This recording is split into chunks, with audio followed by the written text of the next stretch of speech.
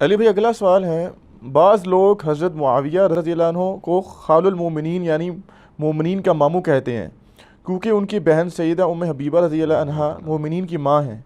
اگر یہی بات ہے تو سیدنا ابوبکر اور سیدنا عمر رضی اللہ تعالیٰ عنہ کو مومنین کے نانا کا لقب کیوں نہیں دیا جاتا؟ یہ جو لقب دے رہے ہیں ان سے ہی پوچھے نا، یہ تو انہی کے لیے پھکی ہے کہ اللہ کے بندو، یہ آپ لوگوں نے ایک جعلی فضیلت بنا لی ہے کسی بندے کے بارے میں کہ جو نبی علیہ السلام کی بیوی کا کوئی بھی بھائی ہوگا وہ امت کا ماموں بن جائے گا، ٹھیک ہے۔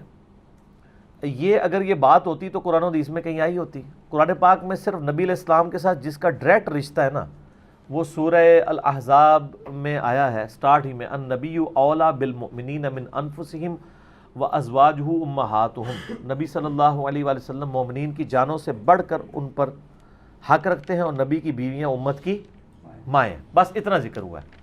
آگے یہ جو آپ ضرب تقسیمیں لگا رہے ہیں نا، یہ وہی ہے جس طریقے سے وہ لوگ دعا کرتے ہیں نا، ربنا آتنا فی الدنیا حسنہ وفی الآخرۃ حسنۃ وقنا عذاب النار وقنا عذاب القبر وقنا عذاب الحشر وقنا عذاب المیزان، یہ لگا رہے ہوتے ہیں نا، اور وہ یہ اسی طریقے سے خال المومنین بھی بن گئے۔ بھئی قرآن تو کہہ رہا ہے نبی کی بیویاں امت کی مائیں ہیں، کہیں یہ نہیں کہا گیا کہ نبی کی بیویوں کے جو باپ ہیں وہ امت کے نانا ہیں، نبی کی بیوی کے جو بھائی ہیں وہ امت کے ماموں ہیں، ٹھیک ہے۔ تو مجھے بتائیں نبی کا بھائی پھر کیا ہوگا؟ امت کا چاچا۔ تو سیدنا علی تو نبی علیہ السلام کے بھائی بھی لگتے ہیں نا، چچا زاد۔ یہ جعلی قسم کی باتیں بنائی ہوئی انہوں نے۔ اگر اس طرح خال المومنین یعنی مومنین کے ماموں والا معاملہ کیا جائے نا تو اس امت کا کوئی ایک ماموں نہیں بنتا۔ نبی علیہ السلام کی جتنی بیویاں تھیں نا، ان کے اگر بھائی گنے نا تو 20 سے زیادہ ماموں بنتے ہیں۔ لیکن آپ حیران ہوں گے کہ 20 ماموں نہیں آپ نے کبھی سنے، ایک ہی کو ماموں کہا جا رہا ہے، اور ان 20 میں 2 ڈومیننٹ بندے ہیں۔ یعنی مجھے بتائیں نبی علیہ السلام کی سب سے لاڈلی 2 بیویاں کون سی ہیں؟ حضرت خدیجہ تو ہیں، ان جیسا تو کوئی نہیں، ان کو تو میں باقیوں سے کمپیئر کرنا بھی گستاخی سمجھتا ہوں، وہ تو لادہ سے ہیں، ان کی زندگی میں تو حضور نے دوسری شادی بھی نہیں کی۔ سیدہ خدیجہ پہ میرا کلپ دیکھ لیں۔ باقی جو بیوی ہیں ان میں سے سب سے لاڈلی 2 بیویاں کون سی ہیں؟ سیدہ عائشہ اور حفصہ، اور ان کے باپ کون ہیں؟ ابو بکر و عمر۔ سیدہ عائشہ اور حفصہ، ان کے جو باپ ہیں سیدنا ابو بکر اور سیدنا عمر، یہ امت کے نانا کیوں نہیں ہے جی؟ جب وہ امت کی مائیں ہیں تو کہیں ملتا ہے کسی بزرگ بابے نے جس نے کہانی کی آل امیہ کو بچانے کے لیے، اس کو شیطان نے یہ کہانی نہیں پڑھائی ہے کہ تو یہ لکھ دے کہ ابو بکر و عمر امت کے نانا ہیں؟ شکر ہے شیطان سے غلطی ہو گئی ہے، شیطان بھی غلطی کر ہی جاتا ہے نا۔ پھر اللہ نے ایک شاید چھڈی جڑی پکڑ لیندی ہے، نہ میں وابی نہ میں بابی، میں ہوں مسلم علمی کتابی۔ اچھا، پھر سب سے لاڈلے ماموں تو وہ ہونے چاہیے جو لاڈلی بیویوں کے بھائی ہیں۔ تو سیدنا عبداللہ بن عمر سیدہ حفصہ کے بھائی ہیں نا، تو وہ خال المومنین کیوں نہیں ہے؟ کہیں آپ نے لکھا دیکھا ہے عبداللہ بن عمر خال المومنین؟ اس لیے کہ عبداللہ بن عمر کو اس طرح جعلی طریقے سے فضیلت بنوانے کی ضرورت ہی نہیں ہے۔ عبداللہ بن عمر کی فضیلت بخاری اور مسلم میں آئی ہے، عبداللہ ابن عمر رجل صالح، نبی علیہ السلام نے خود فرمایا عبداللہ ایک نیک مرد ہے۔ جب نبی علیہ السلام نے اس کو سرٹیفکیٹ دے دیا ہے، اس کو اب کسی جعلی سرٹیفکیٹ کی ضرورت نہیں ہے کہ وہ رشتہ داری بنانا شروع کر دے۔ اچھا، دوسری طرف سیدہ عائشہ کے بھائی ہیں عبد الرحمن بن ابی بکر، ان کو کسی نے خال المومنین نہیں کہا، اور جس کو یہ خال المومنین کہہ رہے ہیں نا، ان دونوں خال المومنین کی نا اس خال المومنین کے ساتھ ہمیشہ لڑائی رہی ہے۔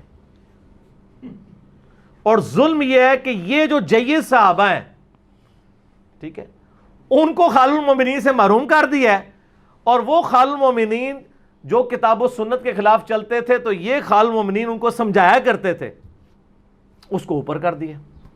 ظلم کی انتہا ہے کہ نہیں؟ عبد الرحمن بن ابی بکر کون ہے؟ صحیح بخاری مسلم میں آتا ہے، نبی علیہ السلام کی جب وفات کا وقت قریب تھا، سیدہ عائشہ کہتی ہیں میرا بھائی عبد الرحمن ملنے کے لیے آیا مجھے، تو ان کے منہ میں مسواک تھی، نبی علیہ السلام نے وہ مسواک مانگی۔ سیدہ عائشہ کہتی ہیں وہ یعنی مسواک کی آپ نے ترغیب دلائی امت کو، نبی علیہ السلام نے اپنے منہ میں ڈالی تو وہ سخت تھی، چبا نہیں سکے آپ، تو آپ نے مجھے دی تو میں نے چبا کے نبی علیہ السلام کے منہ میں ڈالی اور وہ کہتی ہیں کہ اللہ کا شکر ہے کہ اللہ تعالیٰ نے میرے تھوک کو اور نبی علیہ السلام کے تھوک لعاب دہن کو ایک جگہ جمع کر دیا اس دن جو نبی علیہ السلام کی دنیا کی زندگی کا آخری دن اور آخرت کی زندگی کا پہلا دن تھا. یہ صحیح بخاری میں حدیث ہے. وہ تھوک کیسے جمع ہوا؟ پہلے نبی علیہ السلام نے منہ میں ڈالی, پھر حضرت عائشہ نے چبائی تو آپ کا تھوک مبارک سیدہ عائشہ کے منہ میں گیا, پھر واپس جب نبی علیہ السلام کے مبارک منہ میں آیا تو حضرت عائشہ کا تھوک نبی علیہ السلام کے منہ میں آیا. اور سر عبد الرحمن بن ابی بکر کا بھی تو آیا نا, انہوں نے بھی تو پکڑی ہوئی تھی نا مسواک, سٹارٹ تو وہاں سے ہوئی ہے. تو وہ خال المومنین نہیں ہے. وہ سر خال المومنین اس لیے نہیں ہے کہ اس کے بارے میں صحیح بخاری میں حدیث موجود ہے 4827 جو ہم نے یہ کربلا والے ریسرچ پیپر پہ ڈالی ہوئی ہے, یا فری ڈاک میں منگوا سکتے ہیں. الحمدللہ پورے ملک کے اندر ڈاک جاتی ہے. واقعہ کربلا کا حقیقی پس منظر 72 صحیح الاسناد احادیث کی روشنی میں 200 روایتیں میں نے اہل سنت کی کتابوں سے مین سٹریم اکثر بخاری مسلم سے جمع کی ہیں. آپ ہماری اکیڈمی میں کال کریں صبح 9 سے لے کے زور تک اور شام کو عصر سے مغرب تک, +92 کے کوڈ کے ساتھ 32159000162 نمبر ہے اکیڈمی کا, 032159000162. تو یہ آپ منگوائیں, فری آئے گی انشاءاللہ. باقی ریسرچ پیپر بھی اور اس کو پڑھیں. اس میں نے ڈالی ہوئی ہے صحیح بخاری کی 4827 کہ مروان بن حکم کو جب گورنر نے حجاز بنایا, مدینے کا گورنر, حضرت معاویہ رضی اللہ تعالیٰ نے اپنے دور ملوکیت میں, تو اس نے ایک دن خطبے کے دوران کہا کہ اللہ تعالیٰ نے امیر المومنین کو یہ بات یعنی سجھائی ہے, وہ امت کے وسیع تر مفاد میں چاہتے ہیں کہ وہ اپنے بعد اپنے بیٹے کو خلیفہ نامزد کر دیں.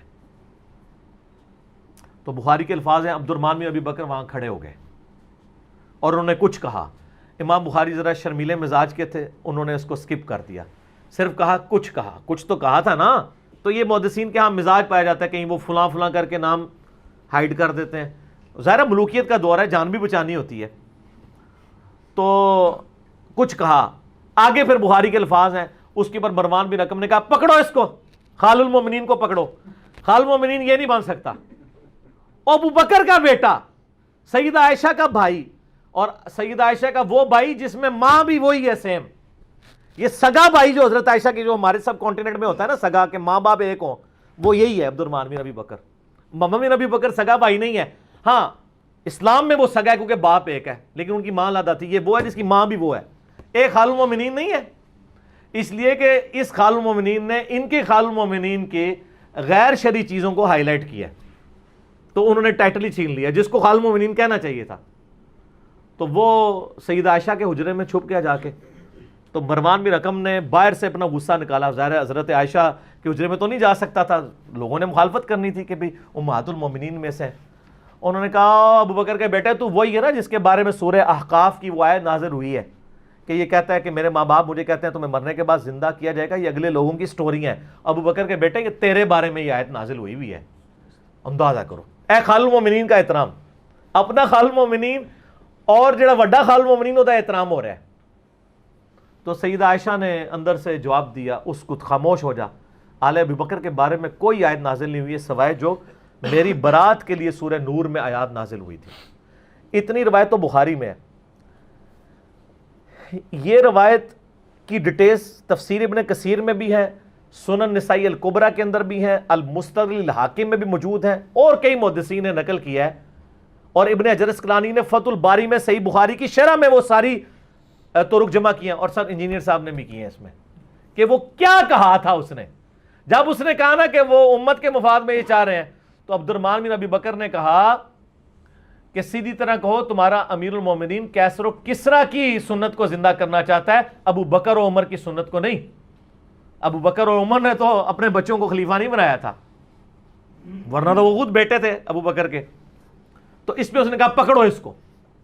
اور آگے الفاظ ہیں کہ پھر سیدہ عائشہ نے یہ بھی کہا کہ مروان تیرے بارے میں نبی علیہ السلام نے فرمایا تھا حکم پہ لعنت اور اس کی اولاد پہ لعنت, تو اس وقت حکم کی پشت میں تھا جب اللہ کے نبی نے تیرے پہ لعنت کی ہوئی ہے, اور یہ شہر بدر کروایا ہوا تھا. حضرت ابو بکر کے دور میں یہ نہیں آ سکے, حضرت عثمان کا رشتہ دار تھا, بڑی کوشش کی لانے کی, نہیں لانے دیا. حضرت عمر کے دور میں ٹل لگایا, نہیں لانے دیا.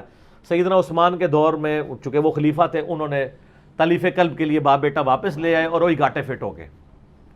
مروان بن حکم کی وجہ سے سیدنا عثمان کے خلاف ہو گئے تھے لوگ, اس کی حرکتوں کی وجہ سے یعنی سیدنا عثمان پھر شہادت تک چلے گئے. اے خال المومنین نہیں عبد الرحمن بن ابی بکر, اور عبداللہ بن عمر کے بارے میں بھی بخاری سن لیں.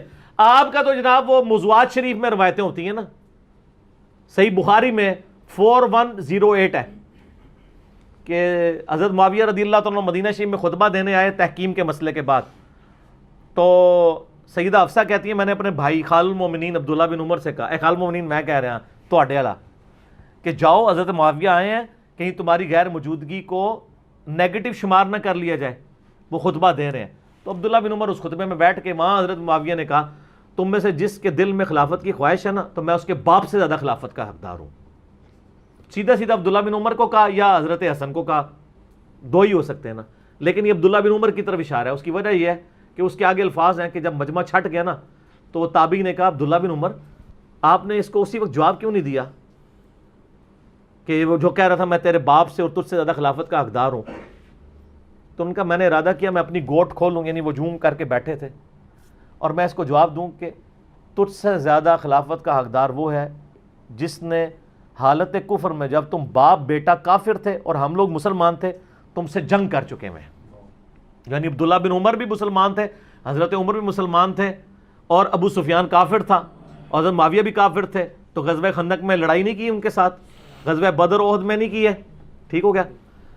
یا حضرت علی ہوں تو حضرت یعنی علی کے بارے میں ہو سکتا ہے عبداللہ بن عمر. پھر آگے عبداللہ بن عمر کے الفاظ ہیں لیکن میں خون ریزی کے ڈر سے اور فتنے کے ڈر سے خاموش ہو گیا.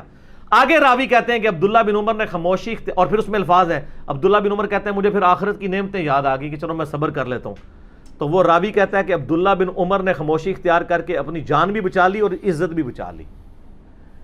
یعنی خال المومنین سے دوسرے خال المومنین کو جان اور مال اور عزت کا خطرہ رہتا تھا. تو دو بڑے خال المومنین میں نے بتائے ہیں, ان کو تو کوئی خال المومنین نہیں کہتا.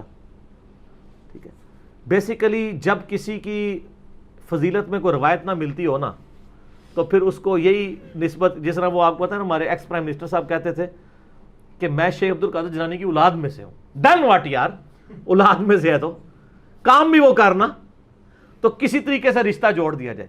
اور سیدہ ام حبیبہ نے تو قربانیاں دی ہیں, اپنے باپ کی بھی جھڑکیں کھائی ہیں, اپنے بھائیوں کی بھی, اس وقت اسلام قبول کیا ہے.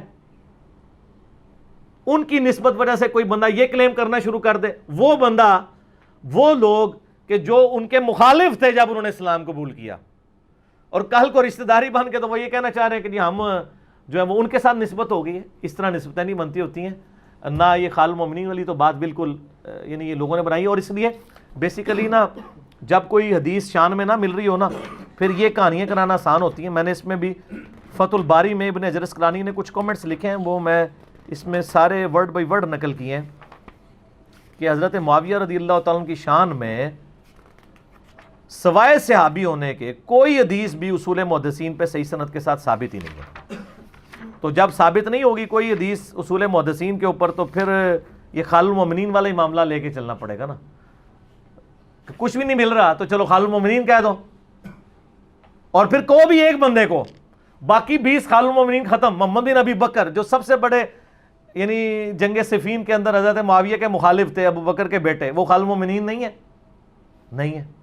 تو یہ ابن حجر اسقلانی نے, وہ آپ کو پتہ ہے صحیح بخاری میں ایک حدیث آتی ہے ذکر معاویہ کے نام سے ایک چیپٹر امام بخاری نے باندھا ہے, ٹھیک ہے, اور فضائل معاویہ نہیں باندھا. اس کے اوپر میرے کامنٹس نہیں, ابن حجر اسقلانی فتح الباری میں المتوفا 852 ہجری لکھتے ہیں کہ امام بخاری رحمہ اللہ نے یہاں صحیح بخاری میں حضرت معاویہ سے متعلق باب کے عنوان میں صرف لفظ ذکر معاویہ بیان کیا ہے اور فضیلت یا منقبت جیسے الفاظ ذکر نہیں کیے, کیونکہ اس حدیث سے کوئی فضیلت معلوم ہی نہیں ہوتی. وہ حدیث کون سی تھی؟ وہ صحیح بخاری میں حدیث آتی ہے نا کہ عبداللہ بن عباس کو کسی نے آ کے شکایت کی کہ حضرت معاویہ ایک وتر پڑھتے ہیں, تو ابن عباس نے کہا ان کو چھوڑ دو, وہ فقیہ ہیں, صحابی ہیں. یہ حدیث آتی ہے صحیح بخاری میں 3766. تو وہ کہتے ہیں دیکھیں ابن عباس نے کتنی تعریف کی ہے, فقیہ ہیں, صحابی ہیں. سر ابن عباس اس طرح نہیں تعریف کیا کرتے تھے کسی کی, وہ یوں کیا کرتے تھے, وہ تو سنت ہے. صحیح بخاری میں حدیث ہے, ایک تابعی نے آ کے کہا آج میں نے ایک پاگل شخص کے پیچھے نماز پڑھی ہے جس نے 22 دفعہ اللہ اکبر کہا 4 تکبیرات میں, ہم سارے کہتے ہیں. انہوں نے کہا تیری ماں تجھے روئے وہ تو ابو القاسم کی سنت ہے. یہاں بھی ان کو چاہیے تھا نا, وہ کہتے ہیں کہ تیری ماں تجھے روئے, یہ حضرت معاویہ جو کچھ کر رہے ہیں تو سنت ہے, چھڑا ایک وتر پڑھنا, ٹھیک ہے. یہ اذان ہو لینے دیں، پھر انشاءاللہ باقی بات میں پھر بیان کرتے ہیں، ٹھیک ہو گیا؟ ہاں جی، اذان مغرب کے وقفے کے بعد تو میں بتا رہا تھا کہ عبداللہ ابن عباس رضی اللہ تعالیٰ عنہ کا ایک خاص مزاج تھا، وہ اس طریقے سے نہیں کہا کرتے تھے۔ اب بخاری میں اگر یہ الفاظ ہیں کہ انہوں نے کہا ان کو چھوڑ دو، وہ فقیہ ہے، صحابی ہیں، مراد یہ ہے جس طرح ہم پنجابی میں بھی کہتے ہیں، کوئی بندہ کسی یعنی سمجھدار آدمی کی شکایت لگائے نا، اور وہ بندہ ایسا ہو کہ جس کو غلطی ہائی لائٹ کرنے سے یہ خطرہ ہو کہ وہ کوئی آگے سے مس بیہیو کرے گا یا کوئی مسئلہ ہوگا، فتنے کا ڈر ہوگا، تو بندہ کہتا ہے یار اور چھاڑ دے یار، سیاڑا بیاڑا بندہ ہے، انہوں نہیں پتا۔ اصل میں وہ یہ کہنا چاہ رہے تھے، اور اس کے ثبوت میں آپ کو بتاتا ہوں کہ یہی روایت جب طحاوی شریف کے اندر آئی ہے، طحاوی شریف حنفیوں کی بیسک کتاب ہے، اصل میں وہ حدیث کی کتاب ہے، شرح معانی الآثار، ٹھیک ہے، یہ اللہ کے فضل سے سر اردو میں آ چکی ہے، ہم جے پی جی اٹیچ کریں گے۔ اس میں امام طحاوی نے یہی روایت لی ہے، ایک وتر، چونکہ حنفی ایک وتر کے قائل نہیں ہے نا، تو انہوں نے اپنے ثبوت میں یہ لی ہے کہ جب عبداللہ بن عباس رضی اللہ تعالیٰ عنہما کو یہ بات پہنچی تو انہوں نے کہا کہ اس کو چھوڑ دو، سیانہ ہے۔ تو اس پہ امام طحاوی لکھتے ہیں، المتوفی 321 ہجری، اہل سنت کے امام ہیں، محدث ہیں، اور حدیث کی فیلڈ میں ثقہ راوی ہیں۔ وہ کہتے ہیں یہ عبداللہ ابن عباس نے تقیہ کیا تھا، جو کہا کہ چھوڑ دو، وہ فقیہ ہے، صحابی ہے، اور اس کے ثبوت میں وہ کہتے ہیں ایک اور طریق بھی ہمارے پاس اس کا موجود ہے، جس میں جب کسی اور بندے نے آ کے عبداللہ بن عباس سے یہی شکایت کی تو انہوں نے کہا کہ اس گدھے سے پوچھو اس نے یہ طریقہ کہاں سے نکالا ہے۔ اچھا، اب آپ کو حیران کن بات بتاؤں، حنفیوں نے جب اس حدیث کا ترجمہ کیا ہے نا تو انہوں نے کہا اس ہمار سے پوچھو اس نے یہ چیز کہاں سے،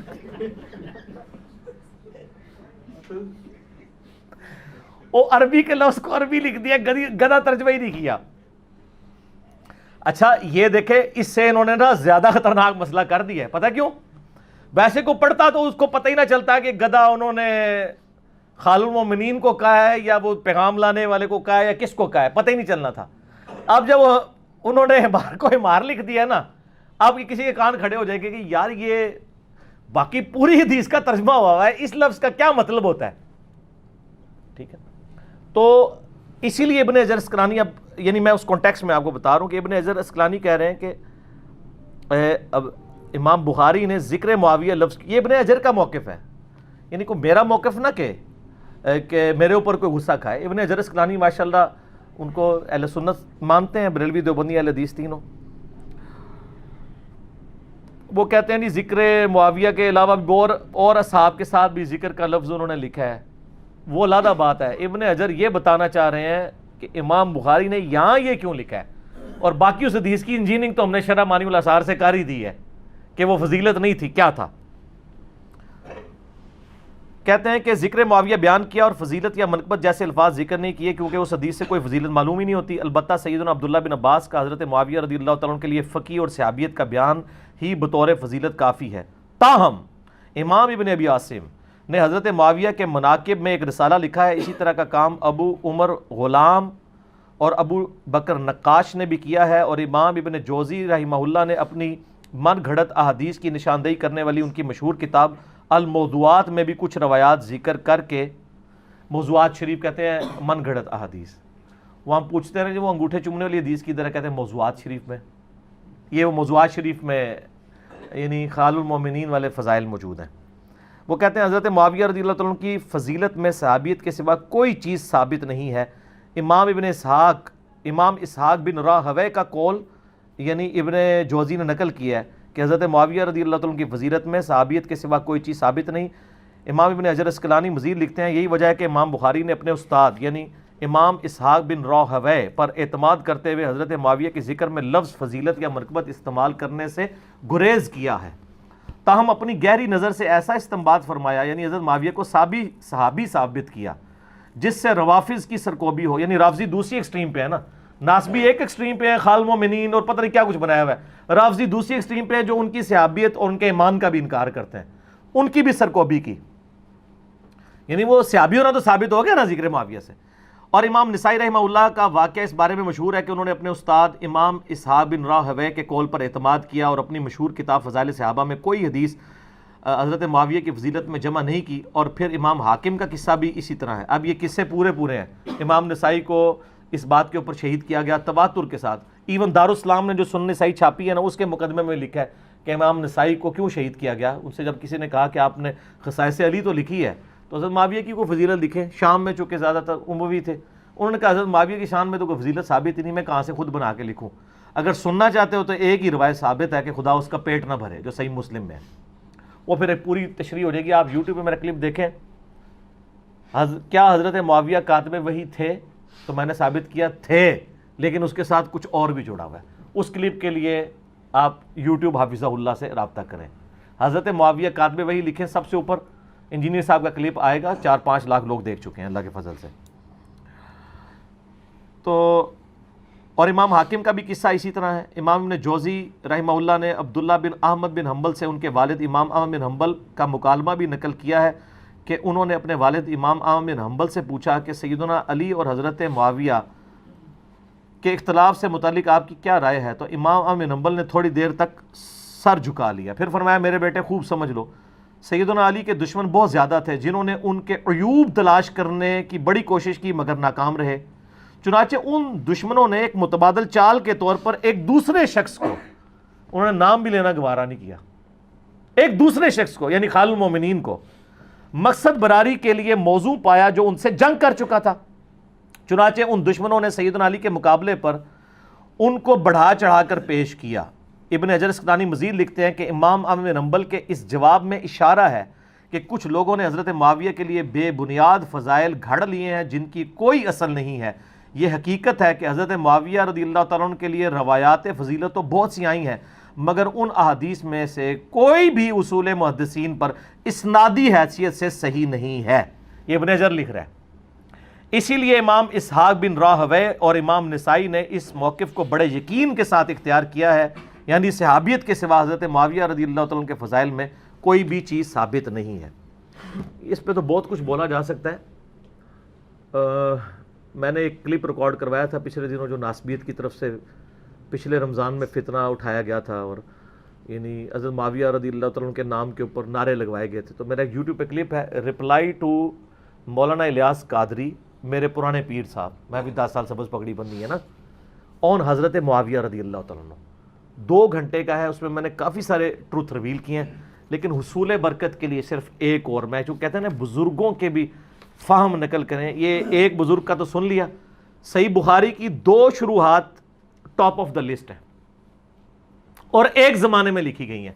ایک لکھی ہے شافعی عالم نے ابن حجر اسقلانی المتوفی 852 ہجری، اور دوسرے ہیں امام بدر الدین عینی المتوفی 855 ہجری. یہ حنفی عالم ہے جو آج کل بڑے ٹھیکیدار بنے ہوئے نا. امام بدر الدین عینی وہ اپنی جو عمدۃ القاری انہوں نے لکھی ہے صحیح بخاری کی شرح، اس میں صحیح بخاری میں 7083 نمبر حدیث کے انڈر لکھتے ہیں. وہ کہتے ہیں امام کرمانی نے کہا کہ سیدنا علی اور حضرت معاویہ دونوں ہی مجتہد تھے. زیادہ سے زیادہ یہ ہے کہ حضرت معاویہ کو اجتہاد میں خطا لاحق ہوئی، ان کو 1 اجر ملے گا، جبکہ سیدنا علی کو 2 اجر ملیں گے.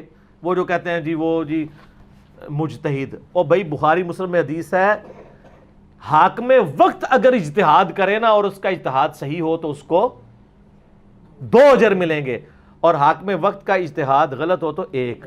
یہ نہیں ہے کہ حاکم وقت سے جو ٹکرائے اور جتھا اور پارٹی بنا کے ریٹ آف دی گورنمنٹ کو چیلنج کرے اور حکمرانوں کو للکارے اس کو 1 اجر ملے گا. کڈی کہانی کرائی ہے. یعنی سیدنا علی کی اگر جنگ جمل صفین نہروان جو کہ حق پہ مبنی ہے، میں نے 200 احادیث اکثر بخاری مسلم سے ثابت کیا ہے، یہ صحیح ہے تو حضرت علی کو 2 اجر ملیں گے. اگر حضرت علی کی یہ جنگیں غلط ہوتی تب بھی ان کو 1 اجر ملتا. مخالفین کا تو کوئی ذکر ہی نہیں ہے. حاکم اگر اجتہاد کرے، جو گورنر خلیفہ وقت اور حاکم کی بیعت ہی نہیں کر رہا وہ تو باغی ہے. بخاری مسلم میں حدیث ہے عمار کو ایک باغی جماعت قتل کرے گی، عمار ان کو اللہ اور جنت کی طرف بلائے گا، وہ جماعت دوزخ کی طرف بلائے گی. اتنے سخت الفاظ ہیں. تو یہاں پہ سنیں پھر وہ امام بدر الدین عینی جو ہے نا امام کرمانی کی بات کا جواب دیتے ہوئے کہتے ہیں، میں کہتا ہوں کہ حضرت معاویہ کو خطا کو اجتہادی خطا کیسے کہہ دیا جائے؟ ان کے اجتہاد پر کیا دلیل ہے؟ حالانکہ ان کو یہ حدیث جو بخاری مسلم دونوں میں ہے پہنچ چکی تھی، جس میں رسول اللہ صلی اللہ علیہ وآلہ وسلم نے فرمایا تھا افسوس ابن سمیہ کو ایک باغی جماعت قتل کرے گی. یعنی ابن سمیہ کون؟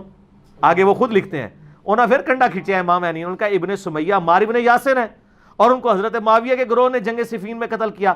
کیا حضرت معاویہ اس پہ راضی نہیں ہے کہ ان کو برابر چھوڑ دیا جائے، چہ جائے کہ ان کو بغاوت کرنے پر ایک اجر بھی ملے؟ وہ کہنا نا وہ چھوٹی جاننا اپنی غلطی ہوتے بڑی گل ہے، تسی اجر پہ سنا دیو. یہ امام بدر الدین عینی نے لکھا ہے، حنفیوں کے سیکنڈ ٹو امام حنیفہ. ٹھیک ہو گیا. یہ تو میرا فیوریٹ ٹاپک نہیں ہے کہنا چاہیے، یعنی میری ایکسپرٹیز والا ٹاپک ہے. فیوریٹ ہوتا تو میں ہر دوسرے دن چھیڑتا. اب تو بڑے عرصے بعد سوال آیا ہے خال المومنین والا، تو میں تو چھانٹی کر دیتا ہوں. جو پرانے سوال ہوں نا میں نہیں لیتا، یہ چونکہ ایک نیا تھا، نئے نئے شگوفے آتے ہیں نا. بل میں آپ سب کو مشورہ دوں گا کہ یہ جناب ایک کتاب ہے بریلوی عالم قاری ظہور احمد فیضی صاحب حافظہ اللہ تعالی، یہاں پورا دن ہمارے ساتھ انہوں نے گزارا. یہ انہوں نے بڑی محنت کر کے، یہ وہی ہیں جنہوں نے خصائص علی کی بھی شرح لکھی ہے 1000 سے زیادہ صفات کے اوپر. بڑے جینٹل مین ہیں. انہوں نے کچھ عرصہ پہلے یہ کتاب منظر عام پہ آئی ہے، الاحادیث الموضوعہ فی فضائل معاویہ، یعنی حضرت معاویہ کے فضائل میں گھڑی گئی حدیثیں، موضوعات شریف لکھ دیتی ہے سمجھ لو. اور انہوں نے اپنے مکتبہ فکر کے جن جن لوگوں نے نعرے لگوائے نا، اور جو جو جعلی وہ کتابیں، دعوت اسلامی نے بھی ایک کتاب چھاپی، اس پوری کتاب کا پوسٹ مارٹم انہوں نے کیا ہے اور ساری روایتیں انہوں نے ایڈریس کی ہیں. بڑی مزے کی کتاب ہے اور بڑے مینیجبل فارم میں. اب ظاہر ہے اب یہ دیکھیں آلموسٹ کتاب یہ 400 صفحوں کی کتاب ہے. تو اب اتنی موٹی کتاب ہے. اس کتاب کو آپ نے اگر منگوانا ہے نا جی، میں آپ کو سیل نمبر بتا دیتا ہوں، اس کے اوپر لکھا ہوا ہے. جو پاکستان کے باہر سے کریں گے تو +923002134630 030021344630 اور لینڈ لائن نمبر بھی لاہور کا دیا ہوا ہے 04235751385 سے لے کے 87 تک. 04235751385 سے لے کے 1386 بھی 1387 بھی. اس کے علاوہ بھی کافی نمبر دیے میں.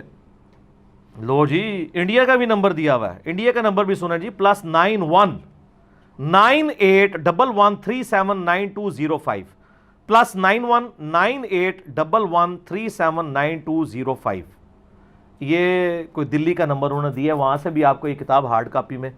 بلکہ میں تو کہتا ہوں علماء کے لیے ایک ذرا حوصلہ افزائی بھی ہو جاتی ہے یہ کتاب، بجائے اس کو بار بار یعنی چڑھانے کے نیٹ کے اوپر. بہتر یہ ہے کہ آپ یہ ہارڈ کاپی اپنے پاس رکھیں. مجھے تو خیر انہوں نے گفٹ بھیجی تھی، تو مجھے انہوں نے نا فون کیا بھیجنے کے 2 دن کے بعد. تو مجھے کہتے ہیں کتاب مل گئی. میں نے کہا میں نے پڑھ بھی لی 1 دن میں ساری کتاب. یعنی میں ذرا کتاب کا شوقین بندہ ہوں نا، اور باقاعدہ پھر میں نے نوٹس بھی بنا لیے. میں نے کہا میں نے اتنی پڑھ لی ہے کہ آپ اگر مجھے پوچھیں گے نا تو میں آپ کو بتا دوں گا یہ بات اس میں آپ نے لکھی ہے کہ نہیں. یہ الاحادیث الموضوعہ فی فضائل معاویہ رضی اللہ تعالیٰ عنہ. تو یہ ہے. باقی یہ جو ہے یہ آپ منگوانے کے لیے ہمارے اکیڈمی کے نمبر پہ رابطہ کریں +923215900162. ٹھیک ہو گیا جی. اللہ تعالیٰ سے دعا ہے جو حق بات میں نے کہی اللہ تعالیٰ ہمارے دلوں میں راسخ فرمائے. اگر جذبات میں میرے منہ سے کوئی غلط بات نکل گئی اللہ تعالیٰ ہمارے دلوں سے ہی معاف کر دے. ہمیں کتاب و سنت کی تعلیمات پر عمل کر کے دوسرے بھائیوں تک پہنچانے کی توفیق عطا فرمائے. سبحانک اللہم و بحمدک اشہد ان لا الہ الا انت استغفرک و اتوب الیک وما علینا الا البلاغ المبین. جزاکم اللہ خیرا.